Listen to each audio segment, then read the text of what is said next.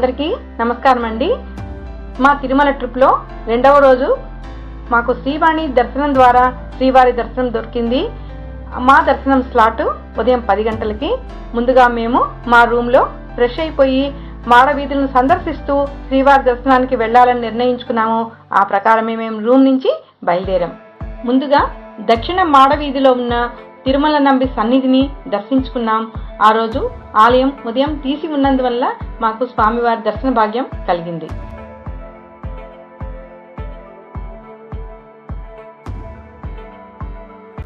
దక్షిణ మాడవీధి గుండా మేము పడమర మాడవీధికి పయనమయ్యాము. పడమర మాడవీధి ప్రారంభంలో ఉన్నటువంటి అనంతాళ్వార్ సన్నిధిని మేము దర్శించుకున్నాం.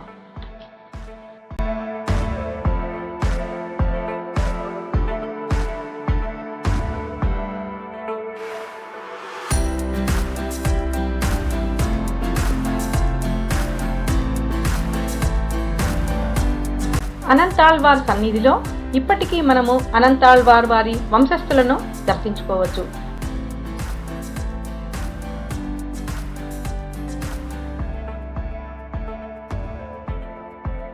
అలాగే ఇక్కడ రకరకాల పూల చెట్లు, అనంతాళ్వార్ వారు స్వయంగా తవ్వినటువంటి చెరువును కూడా మనం దర్శించుకోవచ్చు.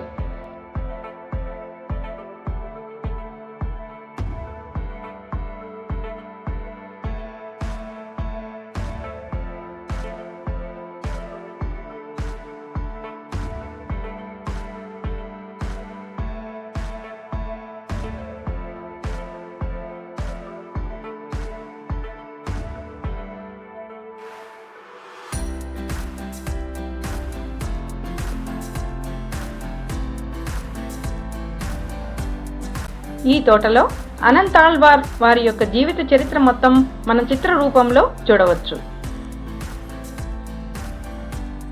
స్వామివారికి పరమ భక్తుడైనటువంటి శ్రీ అనంతాళ్వార్ వారు ఒకసారి ఈ వనములో చెరువు తవ్వుతున్నటువంటి సమయంలో వెంకటేశ్వర స్వామి వారు చిన్న పిల్లవాడుగా అతనిని ఆట పట్టిస్తూ అటు ఇటు పరిగెడుతున్నప్పుడు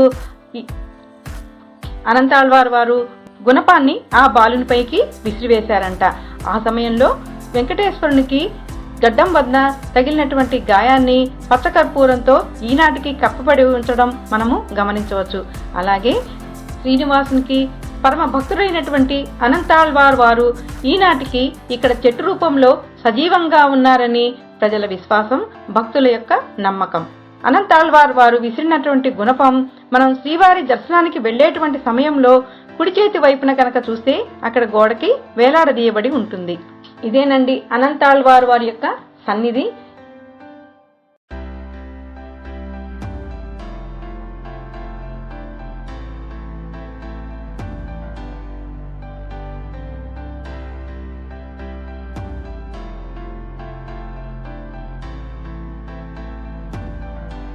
ఇక్కడ మనము ఆయన స్వయంగా తవ్వినటువంటి చెరువును కూడా చూడవచ్చు.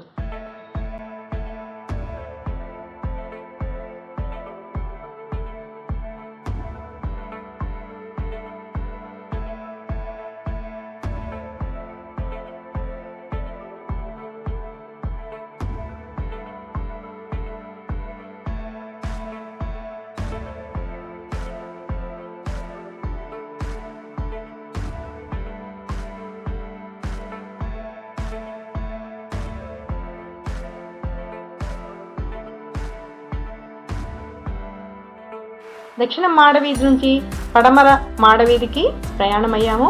ఈ పడమర మాడవీధిలో మనము జిఆర్ స్వామి మఠాన్ని కూడా దర్శించుకోవచ్చు.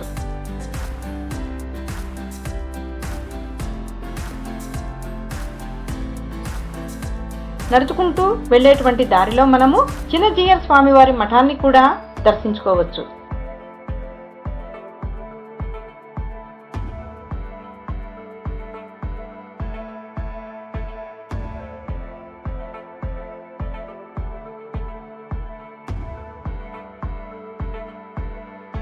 పడమర మాడవీధి నుండి నెమ్మదిగా ఉత్తర మాడవీధి వైపుగా మేము నడుచుకుంటూ వచ్చాము.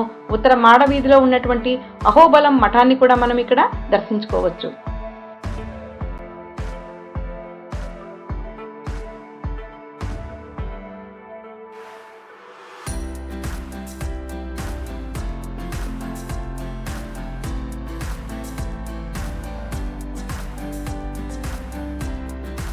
ఉత్తర మాడవీధిలో కుడి చేతి వైపున శ్రీవారి పుష్కరిణి ఉంటుంది. ఇక్కడ భక్తులు స్నానాలు చేసి శ్రీవారి దర్శనానికి వెళ్తుంటారు. అలాగే ఇక్కడ వరాహస్వామి దేవస్థానం కూడా మనం దర్శించుకోవచ్చు. సాధారణంగా ముందు వరాహస్వామి దర్శనం చేసుకున్న తర్వాతనే శ్రీవారి దర్శనానికి వెళ్ళాలని శాస్త్రవచనం. అలాగే ఈ ఉత్తర మాడవీధి చివరిలో ఎడం చేతి వైపున హయగ్రీవ స్వామి మందిరాన్ని కూడా మనము దర్శించుకోవచ్చు.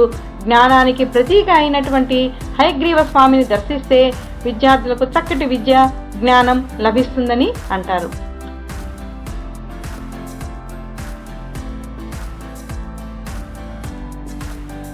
హయగ్రీవ మందిరానికి సమీపంలో మాతృశ్రీ తరిగొండ వెంగమాంబ నిత్యాన్నదాన సత్రం ఉంది. ఇక్కడ నిరంతరం అన్నదానం జరుగుతూ ఉంటుంది.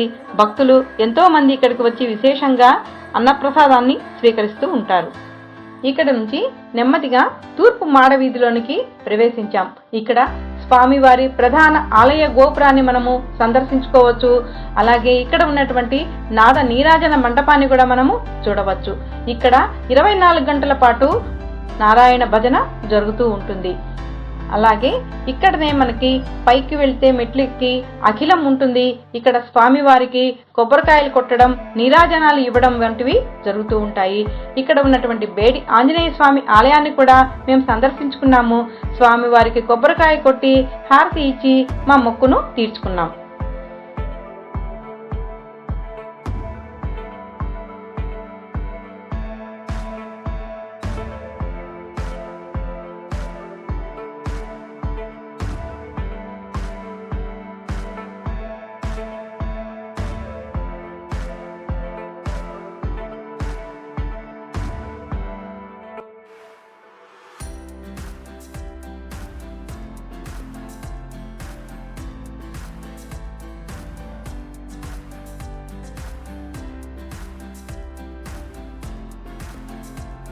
శ్రీవాణి దర్శనం ద్వారా మేము చేసుకున్నటువంటి ఆ ఏడుకొండలవాడి దర్శనం అపూర్వం, అనిర్వచనీయం. కులశేఖర్ ఆల్వార్ పడి వరకు మనం వెళ్ళి ఇక్కడ స్వామివారిని దర్శించుకోవచ్చు. మేము శ్రీవారిని ఎంత దగ్గరగా దర్శించుకున్నామంటే చెప్పనలవి కాదు ఆ ఆనందాన్ని. స్వామివారిని అంత దగ్గరగా చూసినప్పుడు ఆనంద బాష్పాలు రాకుండా ఎవరికైనా ఉంటాయా? అలాగే ఇక్కడ స్వామివారి సమక్షంలో మనకి నీరాజనం ఇస్తారు. అలాగే తీర్థ ప్రసాదాలు కూడా మనకి ఇస్తారు. అంతటి చక్కని దర్శనం చేసుకున్న తర్వాత మనసంతా ఆనందంతో నిండిపోయింది. దర్శన భాగ్యాన్ని మళ్ళీ మళ్ళీ కలిగించమని, పునర్దర్శనాన్ని కలిగించమని ఆ స్వామివారిని వేడుకుంటూ మేం ఆలయం వెలుపలకు వచ్చి విమాన వెంకటేశ్వర స్వామిని దర్శించుకొని హుండీలో కానుకలు వేసి మొక్కులు తీర్చుకొని మా ప్రసాదాలను అందుకోవడానికి లడ్డూ కౌంటర్ వైపుగా బయలుదేరి వెళ్ళాం. ఇంతటి అపురూపమైన దర్శనం తర్వాత ఆనందంతో మేము తిరుత్తణికి ప్రయాణమయ్యాము. త్వరలోని తిరుత్తణి క్షేత్ర విశేషాలను కూడా మీకు అందిస్తాను.